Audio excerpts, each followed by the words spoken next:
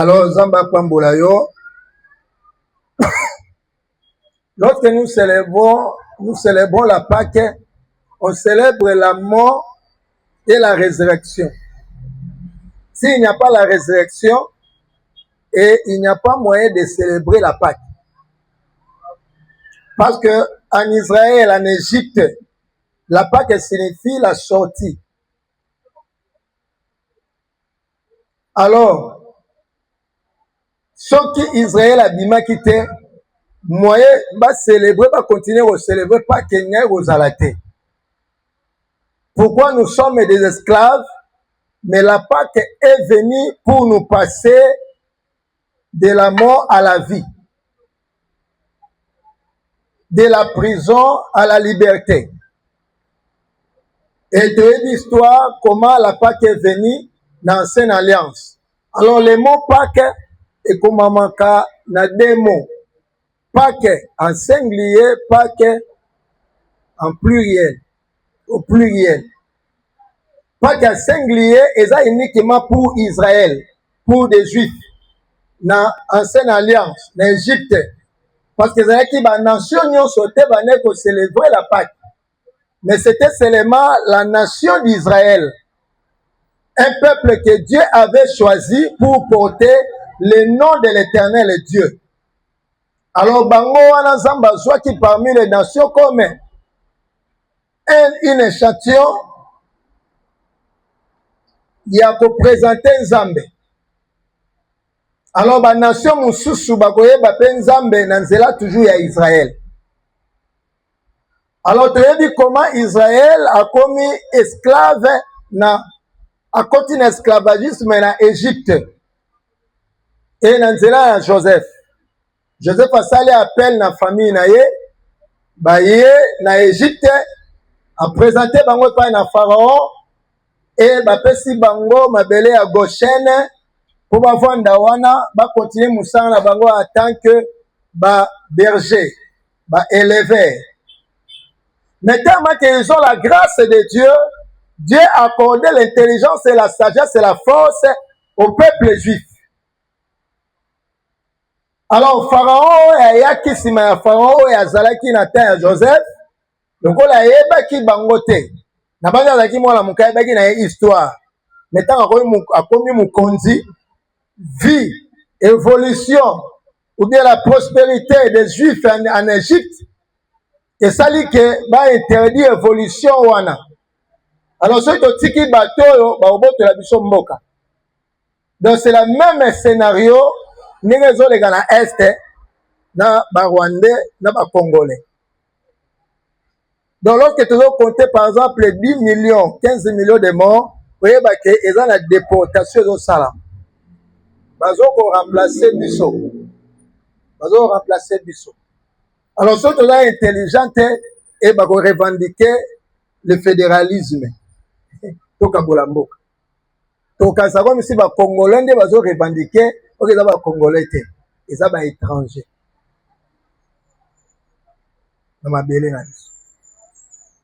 Alors, de la même façon, ces rois pensaient que celui qui peuple a se multiplié. Alors, le quoi baza maele, baza makasi et barobo te la biso mabele. Alors, il faut tout multiplier bango les sous au ezali la charge. Pour serrer bango le sous makasi. Alors, tellement que souffrance est bandée comme à chaque fois, le peuple vient en Égypte, criait toujours à l'Éternel. Parce que bazan ensemble na bango. Mais comme si tout le temps qu'ils ont passé en Égypte, comme si Zambanda yoka bangote. Ok, Zambanda koyoka. Mais abandé c'est la taille accomplissement et prophétie.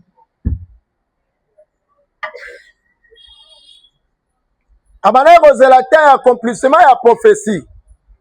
Prophétie appelle ça qui nani? Prophétie appelle ça qui Abraham. Lorsque Abraham a désobéi na recommandation ya Nzambe, Nzambe lobi descendance na yo bakokende na esclavagisme bakosala 430 ans. Donc c'était une prophétie mais la prophétie a souffrance.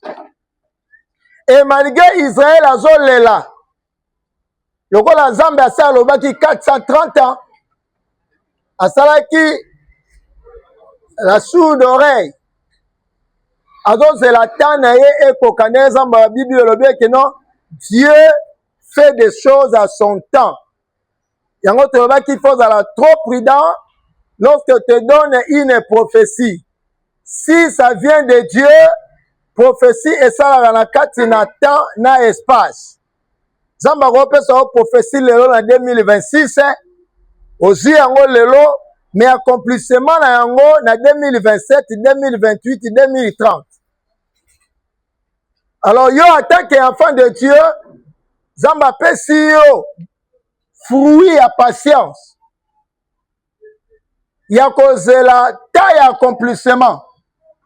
Parce que Nzambe alobi na Habakkuk que c'est une prophétie qui marche. Selon ce terme, elle s'accomplira. Si la prophétie vient de Dieu, peu importe le temps. Nde David alobi, je ne mourrai pas, je vivrai et je rencontrerai les œuvres de l'Éternel. Pourquoi? Parce que David aza na likolo na ye ba prophétie ya Nzambe. Abi na kokufa nano te na kobika na kozana na bomoi mpe na kotatola misala ya Nzambe. Parce que misala ya Nzambe ekokisama na tango na yango.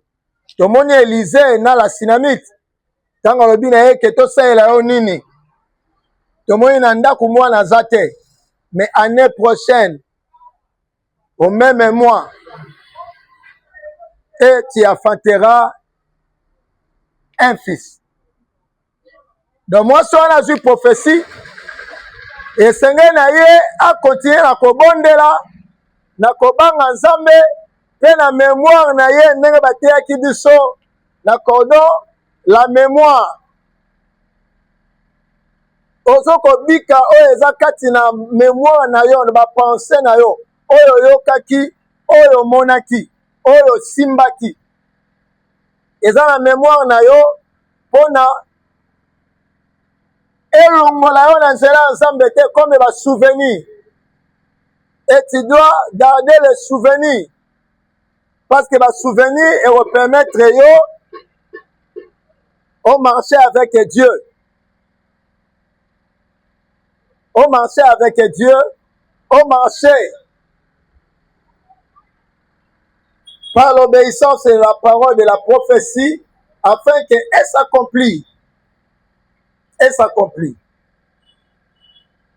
Alors, Nzambe alobaki na Abraham. Abraham a sa koufa déjà. Mais prophétie wana ezali. Et tango 400 ans ekoki 4 siècles, la Bible dit Dieu a attendu maintenant la souffrance de son peuple. Alors, l'homme a yoki souffrance à peuple naïe. Alors, il doit maintenant chercher les voies et moyens pour nous sauver, pour libérer le peuple haut. Et parmi les Hébreux, qui en Égypte, dans mon famille, il y a Moïse, maman et papa à Moïse, baboti Moïse. Alors, tant Moïse a botami, il fallait pas boire la nyonso. Mais ici, la sage femme, tellement que la femme, Zébré, Baza, Makasi, alors le Seigneur n'a pas volé, Bazo, Tabo, Bomaban. Alors, Basso, la Bazaki, Basso, Baïbaki, Zambe, moi, Bassa, la Mouezate. Alors, Bassale, les stratégies, à Roé, sa roi, et ceux qui te poussent, ni pote, et tous, Sunga, Basso, Babota, Bango, Moko, Bazo, Bota, déjà. Alors, moi, Bomaban, Ango, et Zate. Alors, Israël, les Juifs, ils se multiplier et Zambaye Okopona Moïse pour être le libérateur. Le monde de Moïse sorti dans l'eau. Alors, tout le monde, Moïse a un bébé, mais comme la grâce de Dieu était sur Moïse, alors, moyen, Babo Maé Zate, moyen, Basala Mabe Zate, et la grâce est donc conduit Moïse ti na maboko ya mwana ya Pharaon. bazoluka maman akoyeba ko c'est vrai mwana oyo eke otombeka na maman ya Moïse. Tout ça c'est la grâce de Dieu. Amen.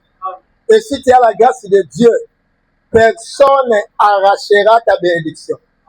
Même si tu traverses la vallée de l'ombre de la mort, personne ne volera ta bénédiction, car la grâce de Dieu est avec toi. Amen. Et banguna ya ba juif ne bazoko berger Moïse. Zamba za capable de retirer ata ba emi na yo basalela o bolamu. Yango ko souhaiter de bakufa tika bango bazala vivant. Po bakumisa nzambo ya yo. Amen.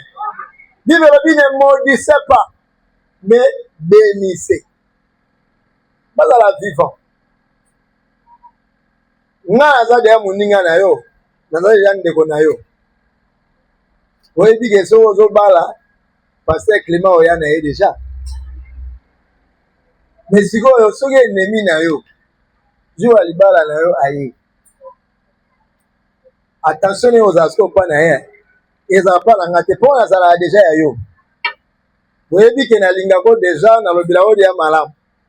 Mais ennemi na yo so azolobela yo malamu ekozala na impact koleka oyo nga na oloba. Mpo bato bakokama me yo olingaka ye te. Lelo ndimi ye. Yango fo bazalaka wana akeke sote basungaka biso oke liboso po lelo omona bango oyebi te so natiki na lâcher prise bato nde bayinanga ndo bakoyinanga lisusu alors nakotika te fo na continue. Amen. Soso boyi bango nyonso concurrence ozala su te bazalaka présence na bango ezosunga yo opersévérer okanga matunu na nzambe pour un jour va changer langage au gagner bango dans le Seigneur balobaka ete ya solo nzambe na yo aza munene. Alors pour faire sortir son peuple dans l'esclavagisme en Égypte, Nzambe aye koloba na Moïse.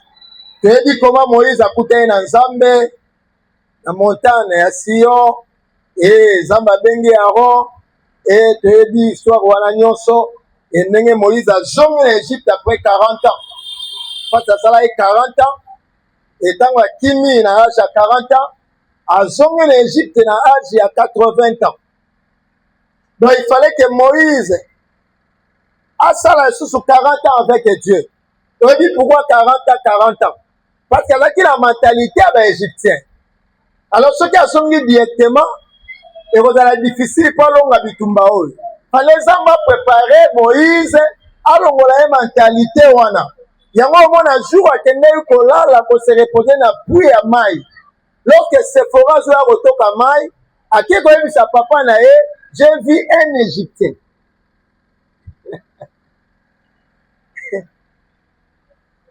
Or, l'apparence de Moïse est le bagage égyptien. Mais l'intérieur de Moïse, il n'est pas un Égyptien. Il est un Juif. Mais son habillement est identifié par la mort Oyazali. Alors, il fallait Zamba préparer. Il prendra le temps de te préparer. De te préparer. Pour faire une mentalité mokili wana. Donc okoma instrument ya Nzambe. Okoma mise à part. Okoma un homme sacré. Consacré, mis à part pour Dieu. C'est ça la consécration. Donc makama Nzambe la facilité. La vie est juste fera par la foi. Par la foi.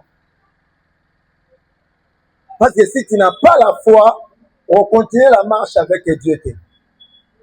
Alors, pour faire sortir son peuple, Dieu est venu visiter Moïse pour le repère à Moïse instruction et à Pâques. Que le 10e jour de ce mois, parce que la loi de Moïse, ba vrai juif, bango année na bango bandaka na avril. Donc bango bazo célébrer nouvelle année na avril. Parce que pour les juifs, le 14e jour de cette année, ezalaki année na bango liboso parce que va changer une autre vie. Donc on dit qu'on compter année à sika na mois d'avril. Ezalaki année na bango ya kobanda une nouvelle vie parce que Nzambe alongoli bango a délivrer bango maboko ya banguna. Pourquoi Nzambe azo délivrer bango? Pour être Israël qui nous servir Nzambe. Donc la Pâque est venue pour nous délivrer, nous donner la vie, pour nous délivrer afin de servir Dieu. Et ça la Pâque. Alors après cette section, on a dit le 10e jour. Bon, Luka, moi dans la Pâque, chaque famille, un agneau sans défaut. Parce que le changement de vie, et un agneau avec des défauts. Parce que sans défaut, c'est le signe de la pureté, de la sanctification. Il y a tous les hommes qui étaient venus avant Jésus, ils étaient capables de passer à la vie, les salis. Pourquoi? Parce qu'ils ont une nature pécheresse. Ils ne pouvaient jamais donner le salut de la vie. Or, celui qui est capable de donner la vie doit venir au ciel. Jésus-Christ, le Fils de Dieu, pour ôter les péchés. Alors, sacrifice à côté des péchés, il fait à la pâte aux âmes à l'âme ou ebongi sami pour sa sali. Parce que l'eau qu'ils ont déjà souillé et qui fait sa salité, parce qu'ils ont la même nature. Et en moi, Jésus, Dieu l'Éternel, il a fait cette instruction. Dans le 10e jour, beaucoup servaient Patéwana pendant 4 jours. Alors, le 14e jour, beaucoup tumbango et avec le pain sans le vin et beaucoup serrer ma ceinture et un bâton dans la main et beaucoup bima. Et demandez que la parole et l'enseignement vient avant la délivrance. L'enseignement vient avant le miracle. L'enseignement vient avant la guérison. L'enseignement vient avant la bénédiction. Il envoyait la parole et la parole les a guéris.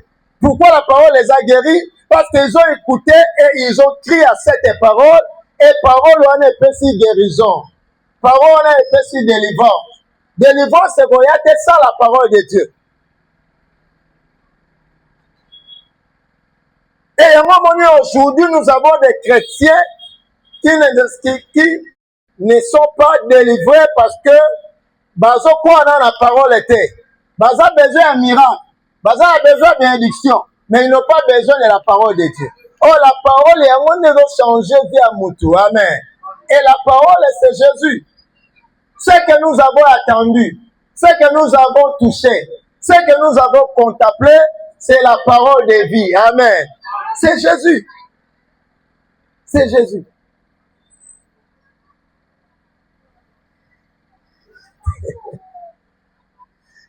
Ndeko moko na osambela mpona ye.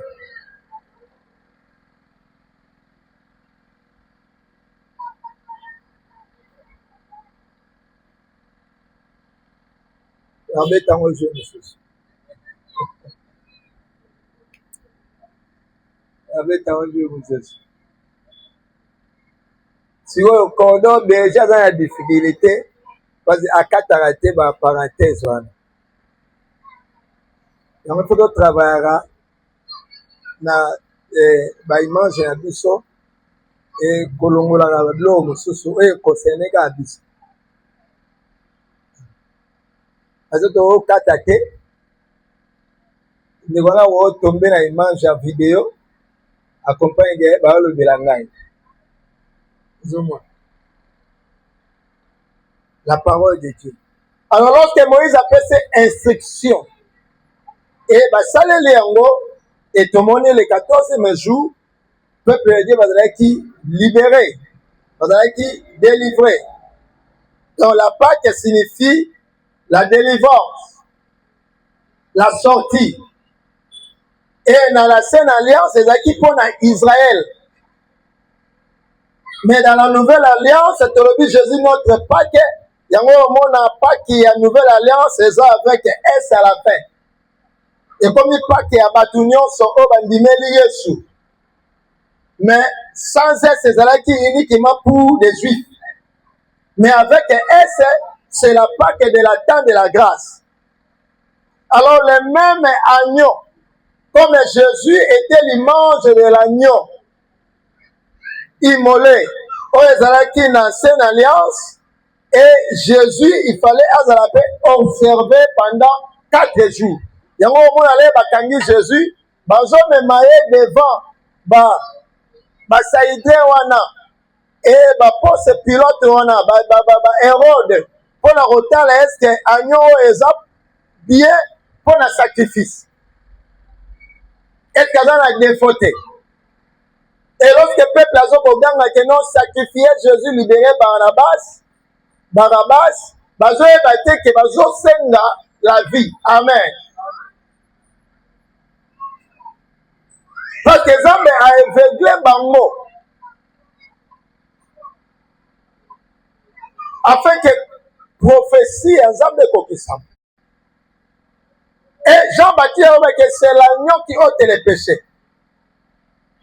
Alors la Pâque pour nous, c'est la fête. Et toujours célébrer Yango. Parce que notre Pâque a été Jésus. Notre Seigneur a été immolé, mort et ressuscité. Et c'est ça. Où ça a été tous à la Nakondima. Parce que notre Seigneur a été immolé pour nous donner la vie. Et par sa résurrection, et puis surtout condamné au péché, aujourd'hui, la vie. En d'autres termes, on les repas du Seigneur. Parce que dans l'ancienne alliance, les Juifs, Jésus a kendaki musika ya kiti ya Juif était. Comme on a même Juif était, même un peuple pèlerin. Il n'avait pas une terre. Et ben, il vivre sous des tentes. Il y a même un tabernacle. Pour ne pas construire un tabernacle, il est toujours construit par des tentes. Pour que les bateaux, les pèlerins, les passagers, il fallait que les tentes pour avoir repos. Il y a tabernacle pour continuer. Il y a service ou bien sacrificature. Il y a Zambé pour le peuple de Dieu a toujours pardon. Il y a prière, il y a Aaron. Alors Zambé aura culture à les Juifs. Mais il y a des Juifs naturellement de nature qui va berger. Et Zambé toujours il mange les Juifs. Pour la recevoir la plus basse, comme un berger.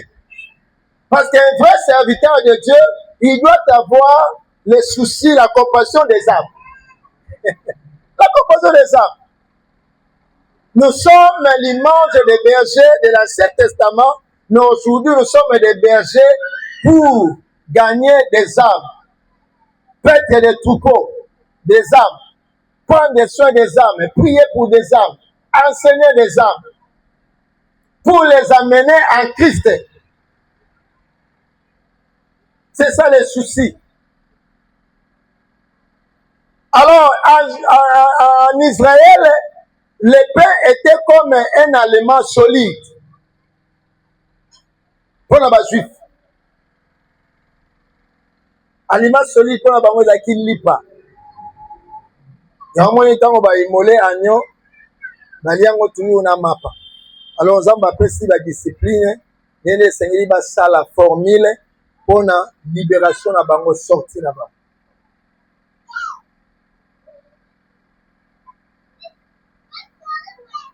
Donc, le pain était un synonyme de prendre le repos. La Sainte Seine, le repas du Seigneur, la Pâque. Les acquis sortis na bango. Biso tozaki na boumbu, mais tozo bimalelo po tozwa kimia, tolongola kati ya servitude. Quand on dit Jésus-Christ est notre Pâques. Lorsqu'il vient dans ta vie, il vient pour te libérer. Na bitumba nyonso ya mabota, na bavi nyonso ya mokili, oyo komema biso na kufa, et Jésus aye pona kopesa biso vie. Bon moi. Alors la nouvelle alliance, on apporte Paul. So dans Exode 12, pendant la première verset, autant la histoire où il y a un juif, le peuple hébreu, la sortie na bango ya Pâques. Et puis chaque année, les juifs, tant que les chrétiens, célébrera toujours Pâques. Parce que parmi la fête du Seigneur, la Pâques est des vraies fêtes. Pâques est des vraies fêtes. Ils ont bonne année, ils ont Noël. Pour des chrétiens, la vraie fête est Pâques. Et puis même dans le calendrier hébraïque et même grégorien, on a un peu de romain, tellement qu'ils ont une grande puissance, ils ont imposé sur le calendrier grec et old. Mais on n'a pas qu'ils ont un peu après près et qu'on célébrer au monde a sorti dans le calendrier juif. Au monde ils ont tombé juste toujours dans le calendrier hébraïque. On célèbre Pâques. Mais Noël, exactitude des athées. Est-ce que Jésus a voté dans l'an 1, l'an 2, l'an 3? Alors, on a Augustin, les empereurs romains, devaient imposer du soir. Et au moins, même Noël, sur l'année bien, c'est écrit en anglais. Donc, sans Dieu. Parce que elle, n'a alphabet hébraïque, est dans Dieu. Alors, nous, on est en anglais. Non. Et l'autre, comme si ils ont journée à célébrer le Dieu soleil. Calendrier tout ça. Et va faire te de célébrer dans la ensemble. Va imposer du son dans l'église catholique. Les catholiques ont un sacrement. Mais au la Bible, tout ça, on a des sacrements. Baptême, la Sainte-Sainte. Comme si va cacher une certaine vérité. Et Bible, vous connaissez la vérité et la vérité vous affranchira. Alors on attend de l'église, la Pâque, comment était célébrée la Pâque? Tout le monde Jésus dans l'évangile et en tant que juif, parce que Jésus, il est encore juif. Mais Jésus-Christ n'est pas juif. Jésus-Christ est pour tout le monde le sauveur de toute l'humanité. Mais Jésus, as juif, mais en tant que juif, comme il n'est pas encore ressuscité, passé à la mort, à la vie, à la résurrection, il est encore juif, avant de respecter culture. Il y a pas juif. Donc, il était venu premièrement aux siens, aux juifs. Mais les frères les a abandonnés. Et il y a un bango toujours. Il y a une hypocrisie dans bango.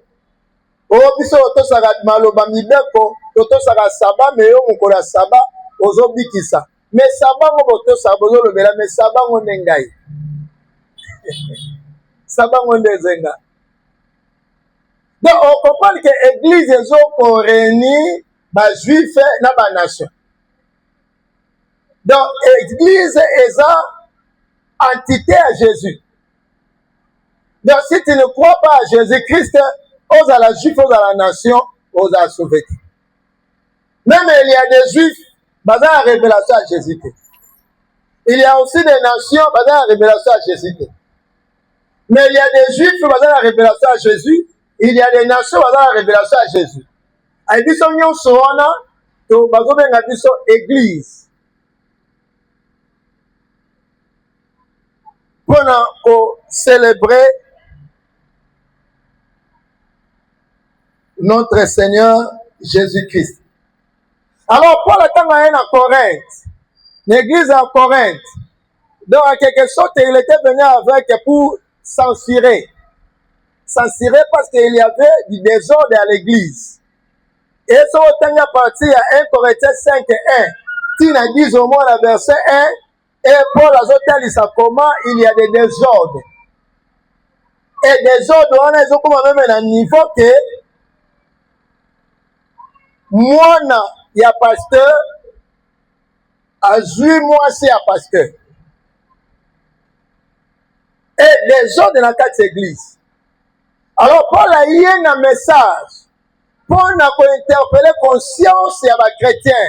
Vous ne savez pas, Jésus-Christ est notre Pâque a été immolé. Amen.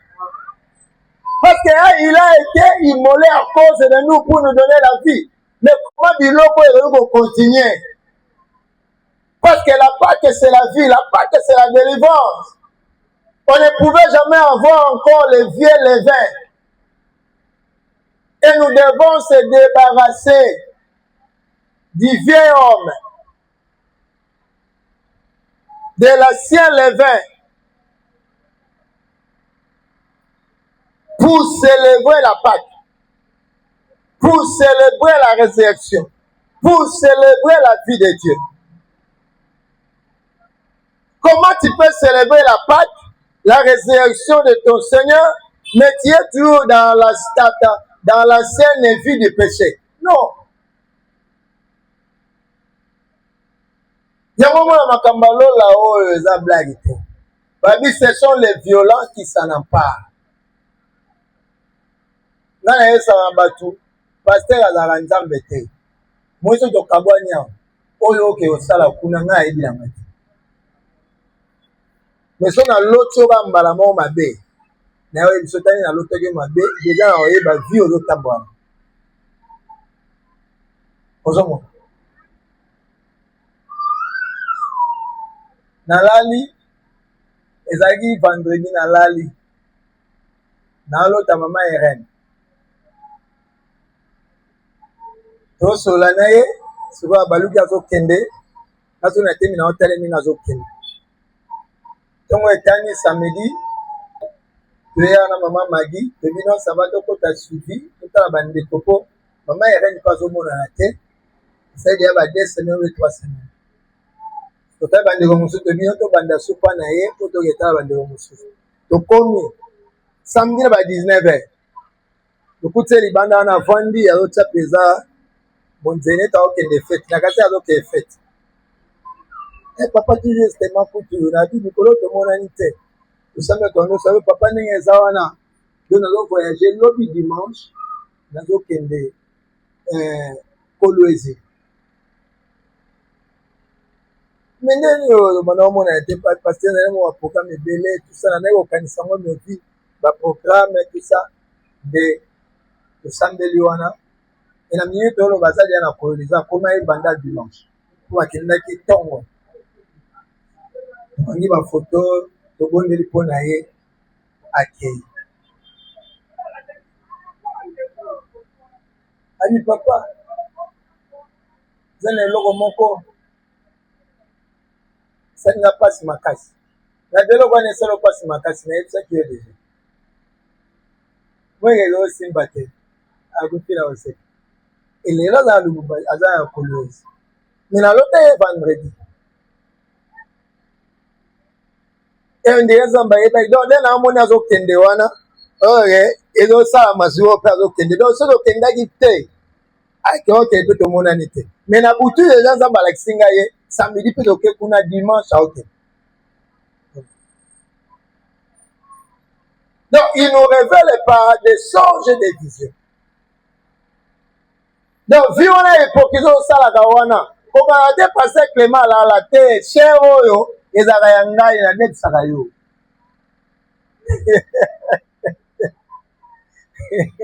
nadebisaka yo kokanga lelo oya na opesaka o cher papa alinganga apesaka nga cher ata aza na masumu nde na yo yande bapo langage baleba nga alingaka langage wana te malgré nos faiblesses papa nous aime toujours tout ça non non non. C'est le jour où le papa ne sera pas là. Donc, on tient la faiblesse, c'est un bino. Mais ma faiblesse, c'est... Non. Ça ne se fait pas.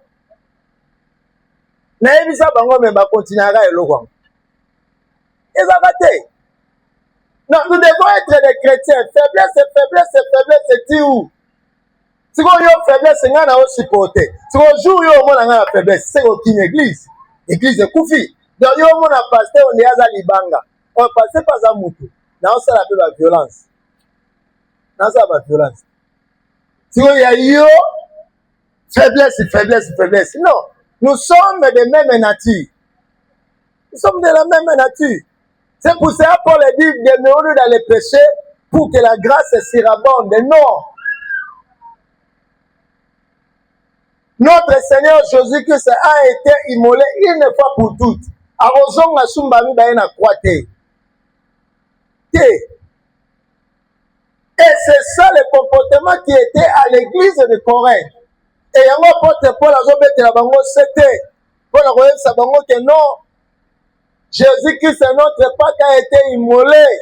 Alors ma vie est rose à la soupe pour la bissoter. Mais comment célébrer Pâques lorsque nous vivons toujours dans la vie de péché? Or, la fête de la Pâque, c'est la solennité. La Pâque, c'est la fête des enfants de Dieu. Parce que nous étions condamnés à la mort, mais à cause de la Pâque, nous sommes passés de la mort à la vie. Et en gros, ceux qui ont célébré, amen. Nous avons célébré Pâques. Oh, il y a Zobanga Zambe. Oh, il y a Zotosa Zambe. Oh, il y a se séparer dans la vie à Masumu. Parce que là, qui est esclave à péché, esclave à la mort, mais la Pâque est venue, a commis une nouvelle créature. C'est ça l'église, c'est ça les enfants de Dieu. En 2016, sur 15, nous avons une église à côté de l'église. L'église a dit non, on a soutenu passé à une repentance. Bon, matin, on est côté. Les lois, Shadrach, Baba Meshach, n'a pas chassé un bem, Baba Zuba Jeep, ou a besoin de parler à $100,000. Parce que je suis dans ma pang. Si on a personne à Jeep, il y a un pang. Il y a une bénédiction. Différence, c'est dans la bangola, il y a un bon one.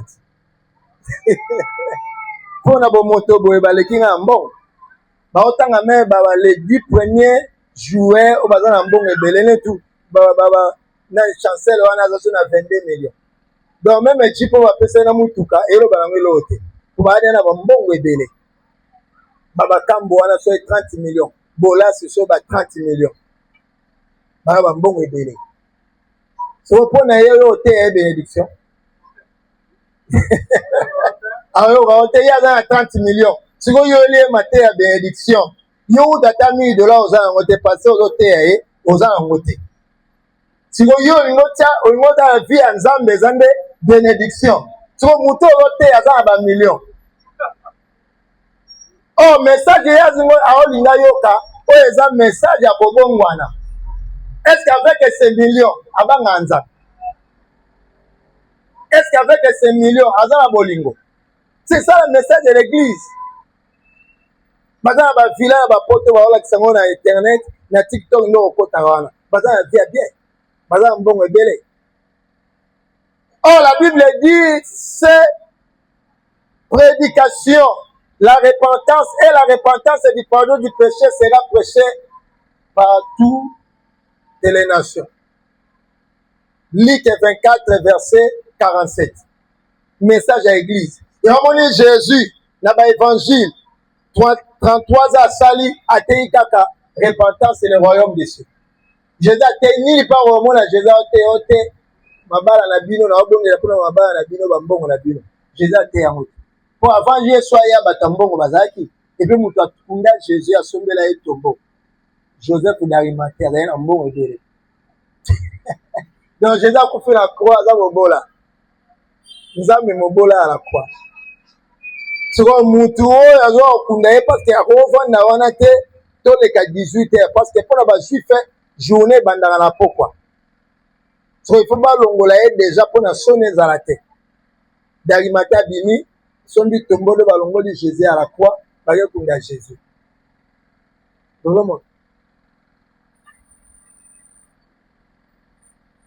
Donc, et ça, célébration, et ça, fête. Dans l'apôtre Paul, dans le Corinthiens, dans verset 7. C'est ça signification à Pâques. Pâques ezali protégé par la mort, protégé par l'ange de la mort, passer au-dessus. Pacha ou Pesha, Pesa. En grec, ça signifie passer outre. C'est pour nous donner la vie. C'est pour nous amener au changement de vie. C'est ça l'important, c'est à Pâques. Nous, les chrétiens, nous célébrer Pâques. Nous, le dimanche, nous avons la résurrection. Nous avons la pourquoi. Parce que nous avons la Pâques, célébrer la Pâques. Nous avons de l'eau, nous avons ça. Nous avons ça. Donc, c'est un moment de méditation. Il y a pourquoi Jésus a été mort, lui qui était innocent, lui qui était Dieu. Il a pris ma place. Il est mort à ma place. Et ça, un moment de méditation, et ma prière. Paul a dit, purifiez-vous du vieux levain, afin que vous soyez une pâte nouvelle, puisque vous êtes sans levain, car Christ notre Pâque a été immolé. 8. Célébrons donc la fête, non avec du vieux levain, ni avec un levain de perfidie et de méchanceté, mais avec le pain sans levain de la sincérité et de la vérité. Amen. Acclamons la parole de Dieu. Celui qui va fêter la Pâque, c'est celui qui est sincère et c'est celui qui marche dans la vérité. Il est convaincu que non, Jésus m'a libéré de la mort à la vie parce que j'étais condamné à la mort. J'étais un ivrogne, j'étais un impudique. Mais lorsque j'ai reçu Jésus dans ma vie, je deviens aujourd'hui une nouvelle créature. Ma vie a changé. J'ai maintenant un bon témoignage. Les gens ont commencé de parler de moi dans le bon sens. C'est ça, je deviens un exemple, un modèle pour ma femme, pour mes enfants, pour ma famille, pour mes amis, pour l'église. C'est ça un chrétien. Amen. Yenda zadine à célébrer la Pâque. Il y a un moment pour le temps où une église à Corinthe a dit enlever le vieux levain. Bon, on va dire ma soumou on a besoin yango. Parce que l'épître à Paul est adressé à les chrétiens convertis, mais ça les chrétiens charnels. Alors s'adresser à la pacanité. La lettre à Paul a s'adressé à l'église. Pour la exhorter l'église, va continuer à kotambola kobanga nzambe na kotosa nzambe na vie à sanctification. Jésus n'était pas mort pour que biso totika vie wana ya kala ya kindumba ya rolango ya hypocrisie ya kimoribi. Non. Était mort à la croix pour nous passer à la mort à la vie.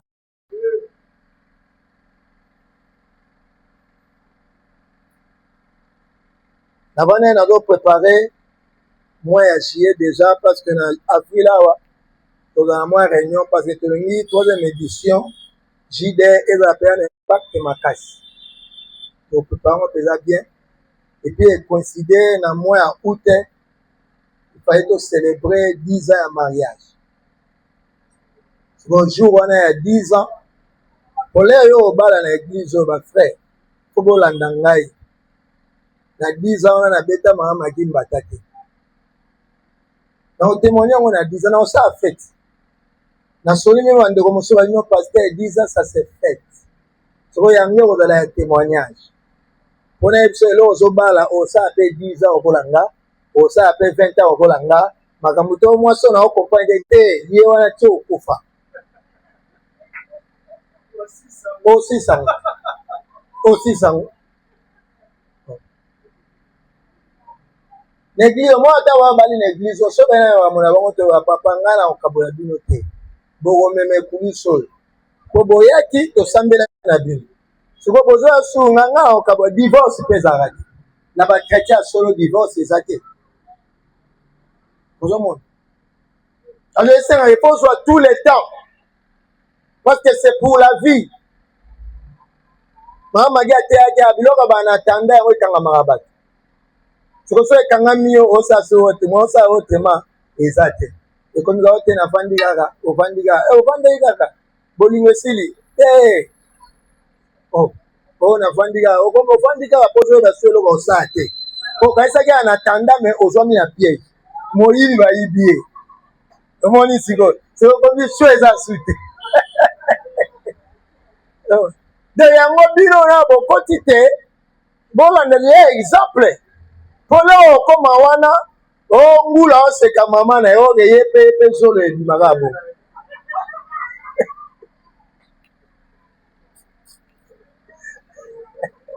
ozomona ebite eyebakaka ngulu azalaka ti mama dozomona donc c'est ça l'église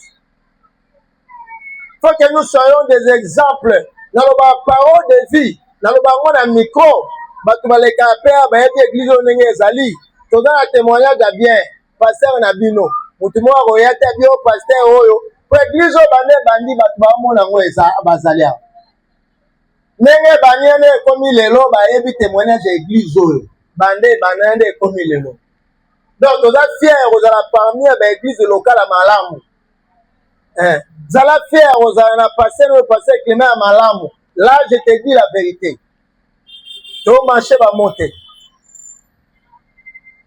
et toza awa mpona lola pour la vie éternelle pour Jésus le reste c'est des choses ekoya le reste c'est des choses ekoya mais premièrement le royaume et la vie éternelle yango nde Nzambe abengeli biso et il est venu nous donner le salut nous donnons la vie parce que nous avons perdu la vie au commencement mais le second Adam est venu pour nous retourner cette vie que nous avons perdue au commencement. C'est ça l'objectif de l'église.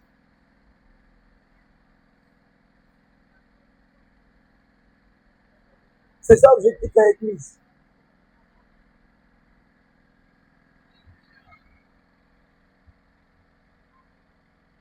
Eza sert na biso tobondela mpona mwana na ye nayebi ke Nzambe akosunga mosala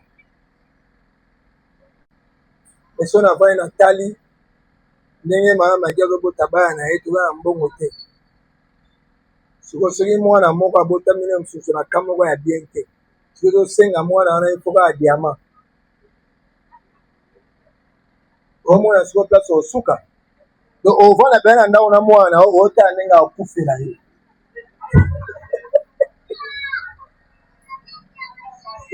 mais Nzambe oyo tosambela asala biso ngolo magi alala na hôpital etata jour moko na bana ezalaka te soki abeye na ndako kwa toza na mwa banotion primaire tosala mwa babiochimie mpe besoin na biochimie tobayena na mwa basocomole banini tout ça so tomoni esali mwa 3 jours fe ekilade tokimi mbangu na hôpital yango mpe relation toza na mwa relation na biso docteur na biso asonaka biso gratuit omona tala faveur ya Nzambe sikoyo yo lokasoni ye mbongo na yo nde ekopesa yo vie omona Nzambe apambola yo bete eza ye maboko gloire à Jésus lobi tokocontinue papa ega préparé vendredi côté à vendredi et samedi toclôturer sur la résurrection parler de la résurrection au programme oyo apesi nga yebisa bango na ndimi yango te nakokomela ngo bina ndimi na ngango te donc batie ngai mpona couvrir bango na absence na bango oseki basala ye fikofiko moto akozwa ndima programme aza te batie su lobi moto akondima aza te bayi obamba ngo paster 2 jours mpo ngai azalaki na makambo oyo te bakoti ngai sikoso bakoko bakoti nga boye elakisi ke bango basilisi enseignement basilisi enseignement po naza na audio wana nakomeli aido na bi ntango booteya bakisa résurrection parce que déjà dima yesu asekwaki tokona sutuka boyo paster yo nde oteya nga nazali nakoki nazocouvrir mais oyo batiaki nga mpenza normal ezalaka te ezalaka te tobondeli Seigneur topesi yo merci toza awa mpona yo nkolo obengi biso moko na ndako na ye na libota na ye po etosala biso libota moko ya bana nzambe. Toza awa mpo na yo nzambe, olobi na présence na yo moko te akozonga ndenge ayaki. Jésus-Christ, notre Pâque, a été immolé pour nous donner la vie, pour nous donner la guérison, pour nous donner la paix. Tout le monde dit que na mbongo mais baza na kimia te. Tout le monde dit que na mbongo baza na esengo te. Bato na mbongo baza na bolingo te. Na comprendre te Seigneur, eza biloko mosusu tozwaka yango, eza na mbongo te, eza na mayele te, eza kaka po te toyebi Yesu Masiya mokonzi pe mobikisi na biso. Yahweh merci. Oh Dieu te puissant. Toyaki na ba problème na mikumba tika ete tozonga na ba solution. Oyebi moko na biso nini azotungisa ye, nini aza nango bosenga pasi. Oh Dieu te puissant aza na yango kolo consoler motema, kolo pesa ekimia, kolo pesa ye esengo, kolo pesa ye guérison po ete chaque fois tokozonga awa Yawe totatola misala na yosa bibolobi tokozonga lolenge toyaki te sembola loboko na yo Père de gloire molimo mosantu yondo sunga biso tozala eklezia oyo ezobanga nzambe, eklezia oyo ezotosa nzambe, eklezia oyo ezokotatola bosolo po ete bosolo nde yango epesaka bomoi na kombo na Yesu. Mosika na biso le bien le vin molimo ya hypocrisie, mosika na biso misala ya mabe na kombo na Yesu po ete Yesu alobaki tout est accompli. Ton sang coulé pour nous donner, Yahweh, oh Dieu, la guérison, la vie et le salut. Na kombo na Yesu. Tolobi. Amen. Zamba pambola yo, tobengi papa ige pona.